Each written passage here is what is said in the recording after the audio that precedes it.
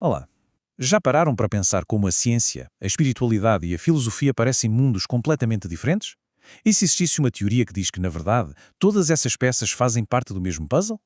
É exatamente isso que vamos explorar hoje, com uma ideia, no mínimo, ambiciosa: o projeto Archangelos. Mas para que é que a gente precisaria de uma teoria tão grandiosa? Bem, segundo o projeto Arcângelos, o nosso conhecimento hoje está todo fragmentado, todo espalhado. É como ter vários especialistas geniais numa sala, só que nenhum deles fala a mesma língua. O resultado, uma confusão danada que nos impede de enxergar o cenário completo. Então, para a gente navegar nesse tema, temos aqui um caminho. Primeiro, vamos entender o problema dessa fragmentação. Depois, vamos ver a solução que o projeto propõe e, por fim, como isso tudo se amarra com a nossa própria história e com o nosso futuro. Bora lá? Ok, vamos mergulhar na primeira parte. Então, qual é exatamente o problema? Pensem só. Hoje em dia, é como se a ciência, a filosofia e a espiritualidade vivessem em condomínios separados. Elas raramente conversam entre si. E o projeto Arcângelos diz que essa separação é a raiz de muita da nossa confusão.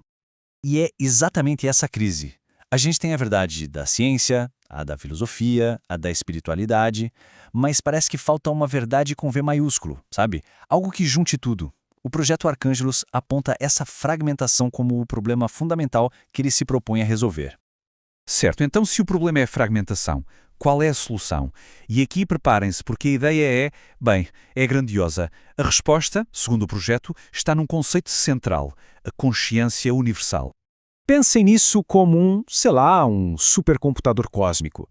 A teoria diz que cada consciência é individual e, na verdade, tudo que existe no universo está ligado a essa fonte, como se fôssemos terminais. Desde uma pedra até um pensamento, tudo seria, no fundo, uma manifestação dessa mesma fonte, só que vibrando em frequências diferentes. Uma ideia e tanto, né? E olha, a teoria não fica só no campo das ideias abstratas, não. Ela tenta de facto criar uma ponte entre o metafísico e a física teórica. A matriz subquântica seria tipo o hardware do universo, a estrutura básica de tudo. E a consciência universal seria o software original, o programa que roda nesse hardware e que dá origem a tudo que a gente conhece. Claro que uma afirmação dessas, tão grande, levanta uma questão. Como é que se sabe do que é verdade dentro desse sistema? Afinal, como é que se testa isso?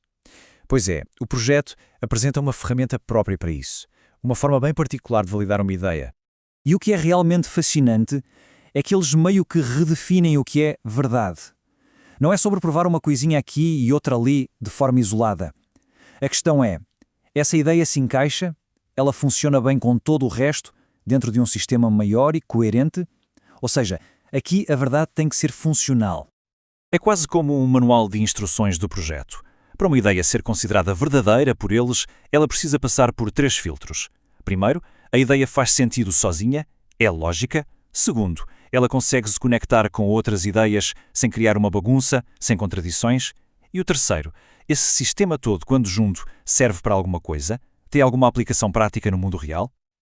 Ok, agora que já entendemos as bases da teoria, vamos trazer isso para a nossa realidade. Como é que isso tudo se aplica à experiência humana? É aqui que a coisa fica bem pessoal, sabe? Porque a teoria tenta explicar a nossa própria condição. Então, o projeto usa um conceito chamado cisões, que são tipo separações, para explicar a condição humana. A primeira cisão é o que dá origem ao nosso ego, ao nosso senso de eu. A segunda acontece quando esse eu se esquece da sua origem, se esquece que está conectado à fonte. E é daí que vem o isolamento e o medo. E essa tabela aqui é tipo um mapa da nossa jornada existencial. A gente começa com um instinto básico de sobrevivência, mas depois evolui para esse desejo mais complexo de que o nosso ego seja eterno. Eles chamam isso de instinto de permanência. A última etapa, a reunificação, seria justamente abandonar essa luta pela permanência do eu e buscar uma reconexão consciente com a fonte de tudo. E aqui está o pulo do gato, aquele medo profundo da morte. Segundo a teoria, ele não é algo fundamental. Ele seria um sintoma de que a gente se esqueceu dessa nossa conexão com a consciência universal. Então boa parte do sofrimento humano viria dessa tentativa de tornar eterno algo que por natureza não é, a nossa identidade individual. Certo, mas para onde leva essa jornada toda de reunificação? A teoria não para no indivíduo, não. Ela vai além e desenha um cenário do que poderia ser o próximo passo da evolução humana. Eles chamam isso de mente colmeia. Mas, calma, não é o que parece. A ideia não é perder a individualidade, virar um robô. Pelo contrário, a ideia é alinhar a nossa função individual com um propósito maior. Pensem nas células do corpo. Cada uma tem sua função, mas todas trabalham juntas para manter o corpo vivo. A lógica é parecida. Essa mudança nos levaria do que somos hoje, muitas vezes focados no ego, na competição, para um futuro humano ontológico. Nesse novo estado, o valor de cada um não viria da sua independência, mas sim da sua função dentro do todo. O foco passaria a ser a cooperação e a harmonia. E essa frase resume bem a ideia central do projeto sobre o nosso lugar no universo. A vida não seria só sobre sobreviver, seria sobre participar, de forma consciente, de um grande ciclo cósmico, o ciclo de voltar para a fonte, de onde tudo e todos viemos.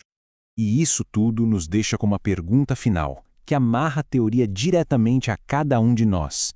Se essa visão da realidade estiver certa, se toda a consciência estiver de fato interligada, então qual seria a nossa função dentro disso tudo? O propósito deixa de ser o que eu quero e passa a ser qual a minha função no todo. Fica aí a reflexão.